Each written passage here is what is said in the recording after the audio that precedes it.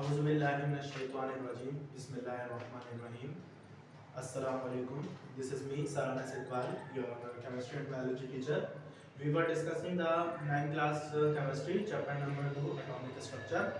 We have covered till the Schrödinger atomic model. Now we have to start the new topic, which is electronic configuration. For a better understanding the electronic configuration, firstly we have to know about the concept of shells and concept of subshells. Okay, start करते हैं. सबसे पहले electronic configuration की बात definition तो मैं आपको थोड़ी देर में बताऊंगा. सबसे पहले मैं आपको बताऊंगा कॉन्सेप्ट ऑफ शेल्स. ठीक है, कि शेल्स क्या होते हैं और उनकी जो है नाम क्या होते हैं और उसको हम किस तरीके से उसमें इलेक्ट्रॉन्स पुट करते हैं. ठीक है, सबसे पहले है concept of shells. As you all know this is the structure of atom. ये मेरे पास एक एटम का स्ट्रक्चर है जिसमें आपको पता है सेंटर में क्या होता है, न्यूक्लियस. ठीक है, सेंटर में क्या आ गया, न्यूक्लियस आ गया. और न्यूक्लियस के सराउंड जो है वो क्या इलेक्ट्रॉन जो है वो क्या करता है, रिवॉल्व करता है. सही है. अब आपको पता है इलेक्ट्रॉन यहाँ पे क्या करता है, रिवॉल्व करता है. अब अगर मेरे पास ये देखिए this is the first shell. ठीक है, न्यूक्लियस के बाद जो पहला शेल है वो उसका जो नाम होता है वो क्या होता है, आपको पता है, के. सही है, उसका के नाम होता है. अब मैं सेकंड की बात कर रहा हूँ. के के बाद कौन सा शेल होगा, एल. सही है, दूसरा शेल आ गया. फिर के के बाद एल, एल के बाद फिर एम. सही है, तीसरा. चौथा शेल क्या हो जाएगा, एन. फिर पांचवा क्या हो जाएगा, ओ. ठीक है, इस तरीके से हम जो है नाम देते हैं शेल्स को. ठीक है, सबसे पहला जो शेल है वो क्या है, के. और अगर हम इसको क्वांटम नंबर से जो है रिप्रेजेंट करेंगे तो हमारे पास ये क्या हो जाएगा, n इज इक्वल टू 1. सही है, n इज इक्वल टू ये क्या हो गया 2, n इज इक्वल टू ये क्या हो गया 3. n क्या है आपको पता है, quantum number. n is equal to 5. सही है, आगे भी हो सकता है. एटॉमिक नंबर बढ़ता रहेगा, इलेक्ट्रॉन्स बढ़ते रहेंगे तो शेल्स भी जो है क्या होते रहेंगे, बढ़ते रहेंगे. सही है, तो ये जो है हमारे पास शेल्स आ गए. पहला शेल था n इज इक्वल टू 1, इसका नाम क्या है, के शेल. सही है. फिर दूसरा क्या है, L shell, n is equal to L shell. फिर है तीसरा शेल, तीसरे का नाम क्या है, एम शेल. फिर हमारे पास है n is equal to 4, n का नाम क्या है, और तीसरे चौथे शेल का नाम क्या है, n. सही है. फिर है n इज इक्वल टू 5 और नाम क्या है शेल का, ओ. इसी तरीके से p q r इसी तरीके से बढ़ते रहेंगे. ठीक है भाई. अब एनर्जी लेवल की बात करते हैं. आपको पता है इसको हम शेल भी कहते हैं और इसको हम एनर्जी लेवल भी कहते हैं और इसी को हम ऑर्बिट भी कहते हैं. ठीक है, ये एक ही चीज के जो है तीन तीन नाम हैं. शेल्स भी कहते हैं, एनर्जी लेवल भी बोलते हैं और ऑर्बिट भी बोलते हैं. ठीक है, बोलते हैं ऑर्बिट में इलेक्ट्रॉन रिवॉल्व कर रहा है, शेल में जो है इलेक्ट्रॉन पाया जाता है. एनर्जी लेवल जो है इलेक्ट्रॉन इतना है. ठीक है, इतने इतने इलेक्ट्रॉन है. सही है भाई. इसको शेल भी कहते हैं, एनर्जी लेवल भी कहते हैं और ऑर्बिट भी इसको कहा जाता है. आगे देखते हैं. अब देखो इसका जो एनर्जी लेवल है, अगर मैं नाम दूंगा तो E1 हो गया, पहला शेल है तो एनर्जी लेवल 1 हो गया. तो अब इसकी जो एनर्जी होती है वो क्या होती है, लोवेस्ट होती है. सबसे क्या होती है, लोवेस्ट होती है. तो सबसे कम जो एनर्जी होगी वो किसकी होगी, पहले वाले शेल की होगी. अब शेल बढ़ते रहेंगे, एनर्जी भी क्या होती रहेगी, बढ़ती रहेगी. तो अब इसकी मोर एनर्जी होगी, मोर एनर्जी देन द के शेल. एल शेल की जो सेकंड शेल है हमारे पास, एल शेल, उसकी एनर्जी ज्यादा होगी किसके मुकाबले में, लोअर शेल के मुकाबले में, यानी कि के शेल के मुकाबले में. इसी तरीके से एम शेल की और ज्यादा एनर्जी होगी एल शेल और के शेल के मुकाबले में. फिर एन की और ज्यादा होगी और सबसे ज्यादा हायर एनर्जी जो होगी, सबसे ज्यादा जो एनर्जी होगी वो किसकी होगी, ओ शेल की, जो मतलब सबसे आखिरी वाला होगा. आगे बात समझ में. तो ये था हमारे पास, हमने जो है शेल्स को डिस्कस करा, जिसमें हमने देखा भाई कि शेल जो है वो किस तरीके से, शेल्स को हमने किस तरीके से नाम दिया और जो पहला शेल है उसकी एनर्जी कितनी होती है, आखिरी शेल है उसकी एनर्जी कितनी होती है. ठीक है, उम्मीद है ये क्लियर हो गया होगा. आगे डिस्कस करते हैं कॉन्सेप्ट ऑफ सब शेल. ठीक है, अभी हमने शेल्स के बारे में देखा, अब डिस्कस करते हैं सब शेल्स के बारे में. सही है, तो इसको जो है हम देख लेते हैं. इसको थोड़ा रफ कर देता हूँ.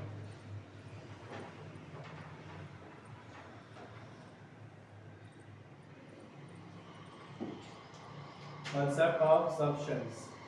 सब शेल्स को देख लेते हैं. सब शेल्स में क्या है, सबसे पहले जो है हम बना लेते हैं एटम अपना। एटम क्या सेंटर में क्या आ गया, न्यूक्लियस आ गया, और न्यूक्लियस के अराउंड जो है शेल आ गया, पहला शेल बना दिया हमने, ठीक है। अब कांसेप्ट ऑफ फर्स्ट शेल में देखिए क्या लिखा हुआ है, atomic spectrum of substances were observed in high powered microscope. जब हम एटम को स्पेक्ट्रम को माइक्रोस्कोप में जूम करके देखेंगे तो it was found that the consist of two or more lines closely packed with each other as discussed in Zeeman and Skarduberg. These lines mean that electrons in the same shell may differ in energy by small amount. Thus main energy level are divided into sub energy level and known as subshell. क्या बोला, जब हमने electron microscope में इसको देखा, study करा इसके spectrum को, तो इसमें हमें जो है इन शेल्स के अलावा भी जो है हमें मजीद जो है लाइनें नजर आई। जैसे जीमन और स्टार के इफेक्ट ने बताया था कि वो जो है जब हमने लाइन स्पेक्ट्रम को रखा इलेक्ट्रिक और मैग्नेटिक फील्ड के दरमियान तो वो स्प्लिट आउट हो रही थी। तो इसी तरीके से जब माइक्रोस्कोप में इसके स्पेक्ट्रम को स्टडी करा तो जो है एक से ज्यादा लाइंस नजर आ रही थी, ठीक है।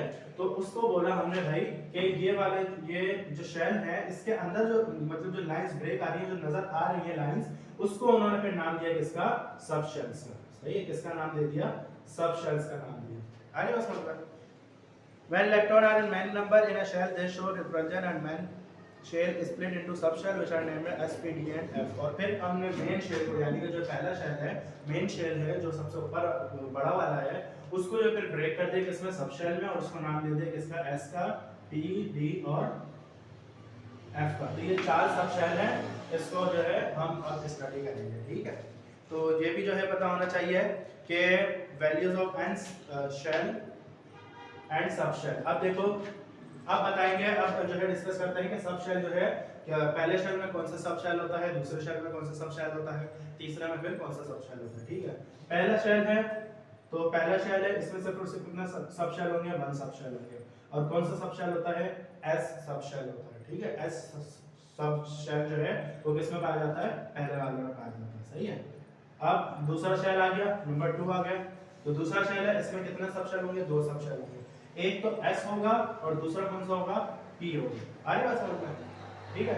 अब है तीसरा सबशेल, तीसरा सबशेल आ गया, इसमें 3 सबशेल होंगे, एक S होगा, एक P होगा और एक D होगा, सही है। फिर इसी तरीके से चौथा, फिर इसमें S, P, D और F, चारों सबशेल जो है इसमें आ जाएंगे, ठीक है। उम्मीद है ये भी क्लियर हो गया होगा। हमने जो है देख लिया कि पहले शेल में कितना सबशेल है, दूसरे में कितना शेल है, तीसरे में कितने और चौथे में कितने हैं, ठीक है। उम्मीद है ये भी क्लियर हो गया। कांसेप्ट ऑफ सबशेल में जो है सबशेल भी समझ में आ गया होगा। अभी यहाँ आगे डिस्कस करेंगे कि सबशेल में कितने इलेक्ट्रॉन जो है, किस सबशेल में कितने इलेक्ट्रॉन आते हैं, ठीक है। अब डिस्कस करते हैं इलेक्ट्रॉनिक कॉन्फ़िगरेशन की डेफिनेशन, सही है। इलेक्ट्रॉनिक कॉन्फ़िगरेशन की डेफिनेशन को डिस्कस करते हैं कि इलेक्ट्रॉनिक कॉन्फ़िगरेशन होती क्या है।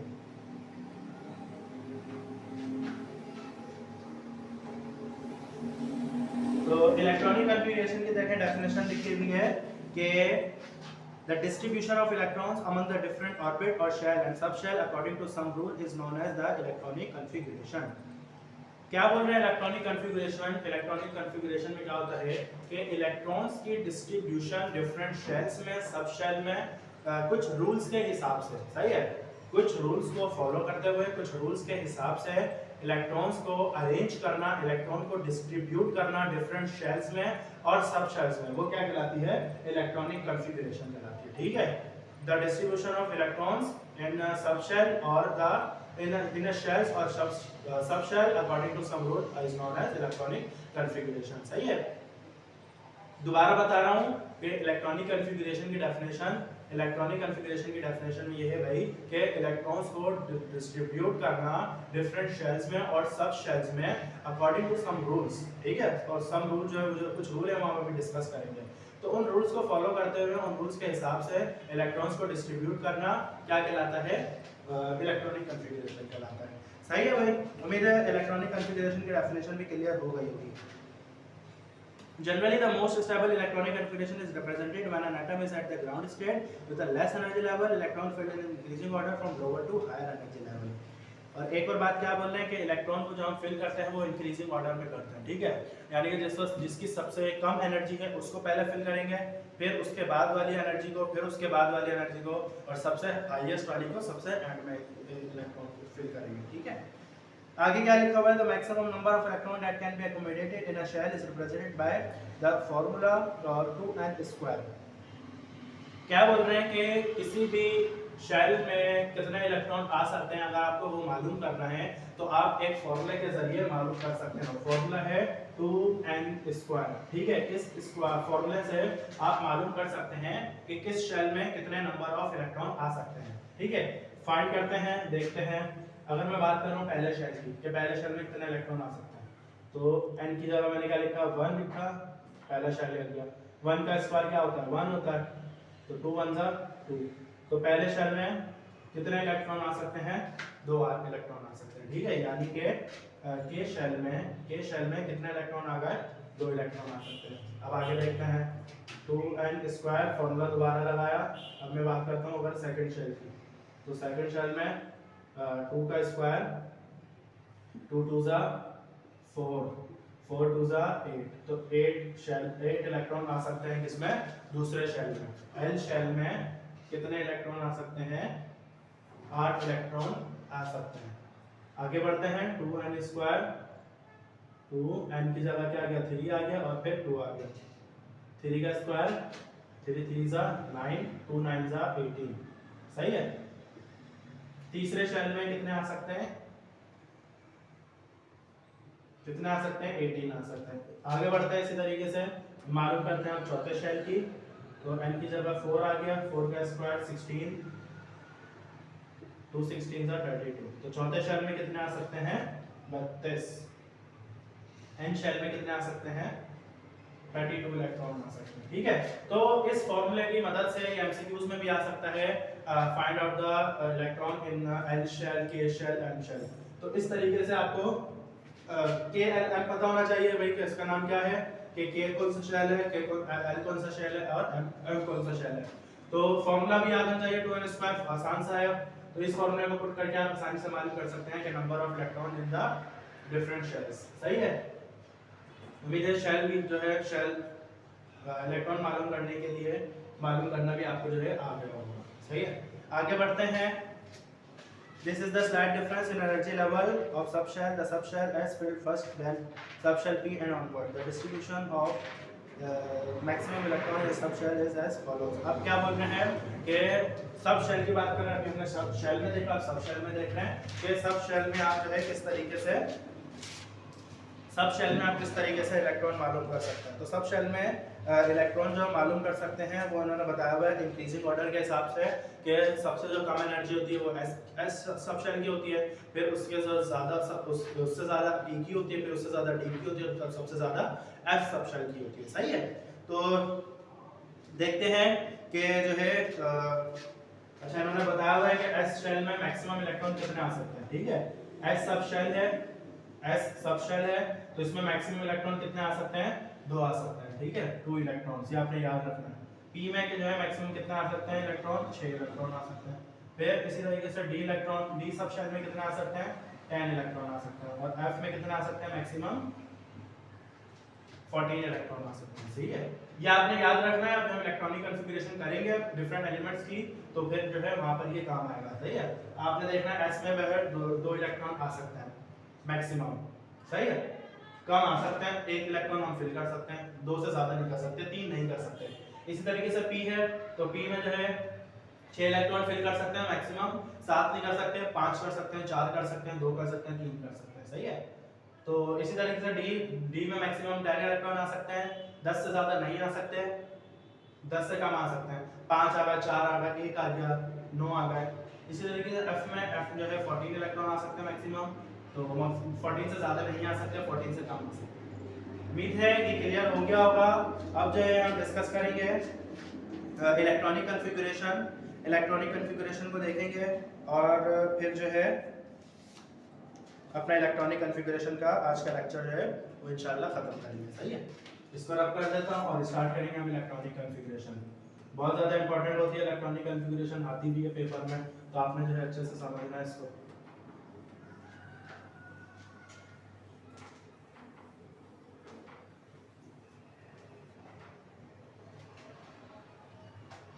तो तो आज जो करेंगे हम वो 20 एलिमेंट्स की जो है इलेक्ट्रॉनिक कॉन्फ़िगरेशन करेंगे, और 20 से ज़्यादा तो शायद आपके उसमें सिलेबस में है भी नहीं, तो 20 एलिमेंट्स की देखेंगे इलेक्ट्रॉनिक कॉन्फ़िगरेशन और उसको डिटेल में डिस्कस करेंगे।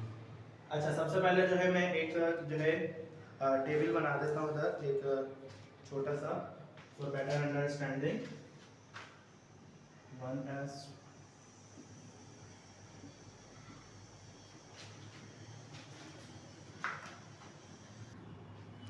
ओके जी। तो इस तरीके से जो हम इलेक्ट्रॉनिक कॉन्फ़िगरेशन को मालूम कर सकते हैं, याद करने का इलेक्ट्रॉनिक कॉन्फ़िगरेशन की अरेंजमेंट को याद करने का तरीका है।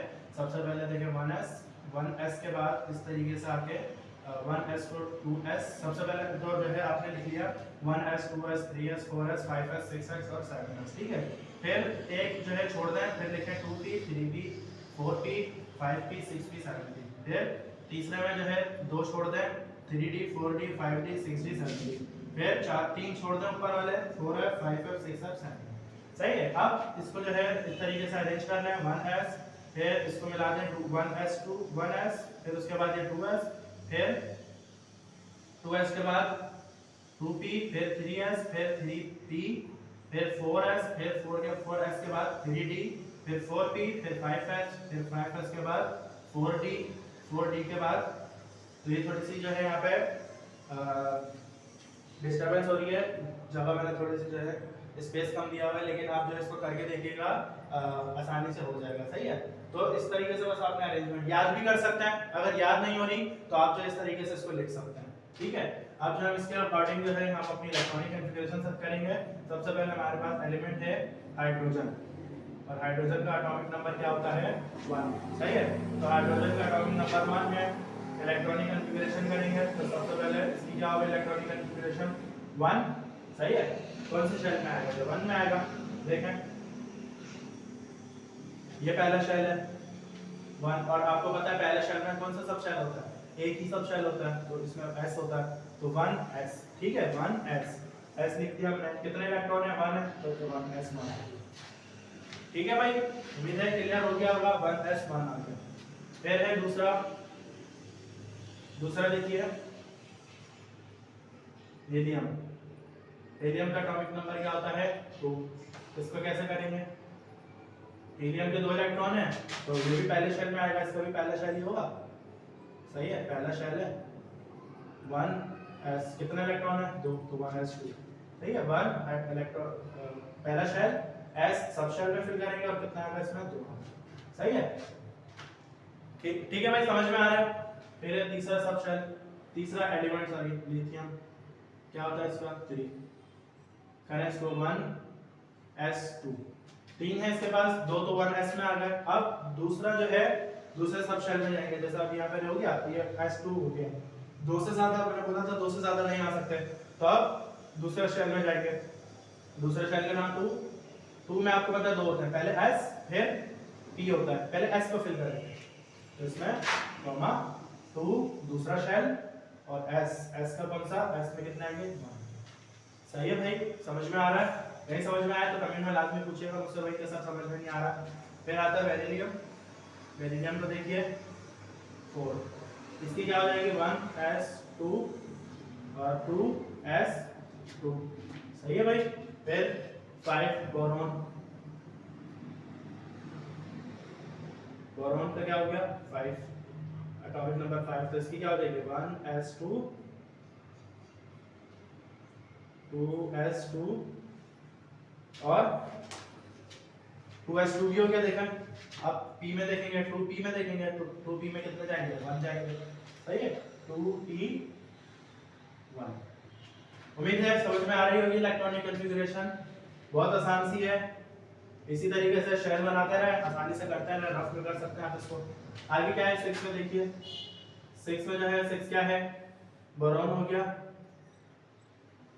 बोरॉन के बाद कौन सा आता है, बोरॉन के बाद जो है आ गया भाई कार्बन, तो कार्बन का एटॉमिक नंबर क्या आ गया 6। अब देखें इलेक्ट्रॉनिक कॉन्फ़िगरेशन 1s2 2s2, ठीक है। p चल रहा था, p में कितना आ जाएंगे 2 आ जाए। सही है, 2p2 हो गया। देखें 6 होगा, 2 4 6 इलेक्ट्रॉन होगा। सही है।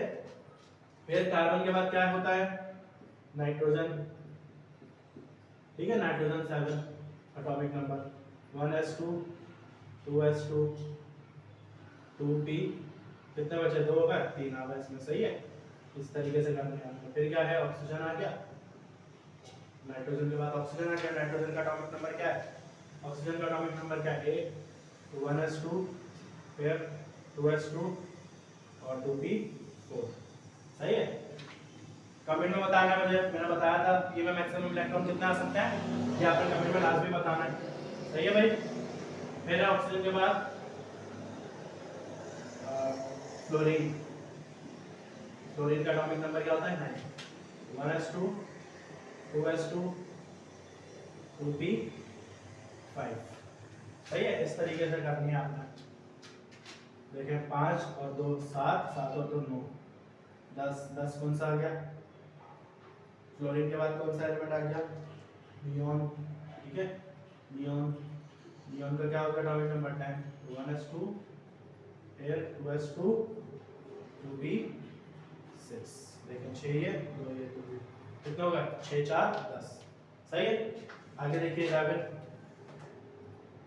Sodium atomic number 11, 1s2 2s2 फिर 2p6, 10 हो गए। अब क्या करना है, अब पी में जो है 6 से ज्यादा नहीं बढ़ा सकते, 6 से ज्यादा मैक्सिमम नहीं कर सकते, जैसे इसमें 2 से ज्यादा नहीं बढ़ा सकते, इस तरीके से पी में 6 से ज्यादा नहीं बढ़ा सकते, इसलिए अभी मैंने बताया आपको। तो क्या करेंगे, क्या करेंगे भाई, अब नेक्स्ट शेल पे जाएंगे, सही है। नेक्स्ट शेल पे जाएंगे, यानी कि दूसरा शेल कंप्लीट हो गया, और दूसरे में जो है 2 सब शेल होते हैं। अब तीसरा सब शेल की बारी, तो पहला हो गया, दूसरा हो गया, अब तीसरा। तो तीसरे में सबसे पहले कौन सा होगा, एस होगा, तो एस को फिल करेंगे, क्या होगा, हो जाएगा यहाँ पे 3s1, ठीक है भाई, समझ में आया। अब कौन सा हो गया, 12 मैग्नीशियम, एटॉमिक नंबर 12 क्या हो जाएगी, 1s2 2s2, साथ से साथ आपने जो है इसको प्रैक्टिस भी करते रहनी है, ठीक है भाई, ताकि पक्का हो जाए आपका। खुद करें, खुद कोशिश करें इसके बाद वाली, 2p6 और 3s2, सही है भाई, समझ में आ रहा है।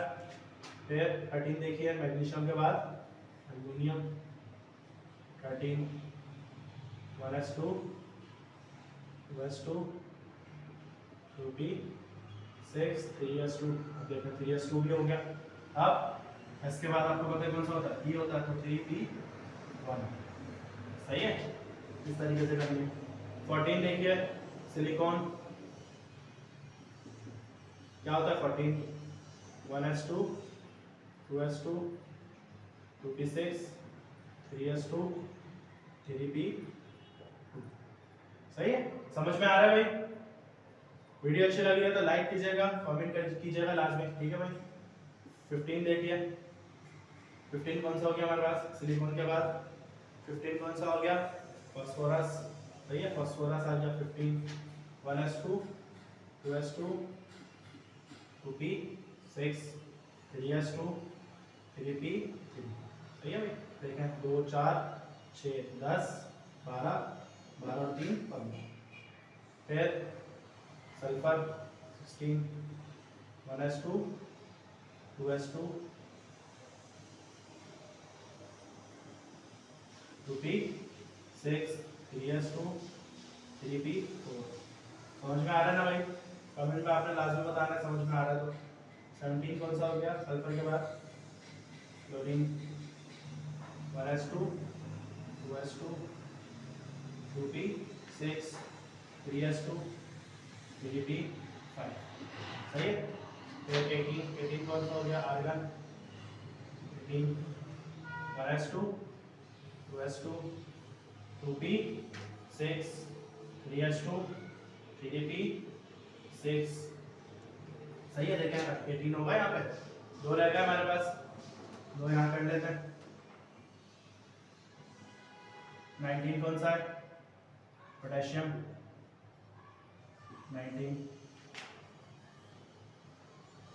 1s2 2s2 2p6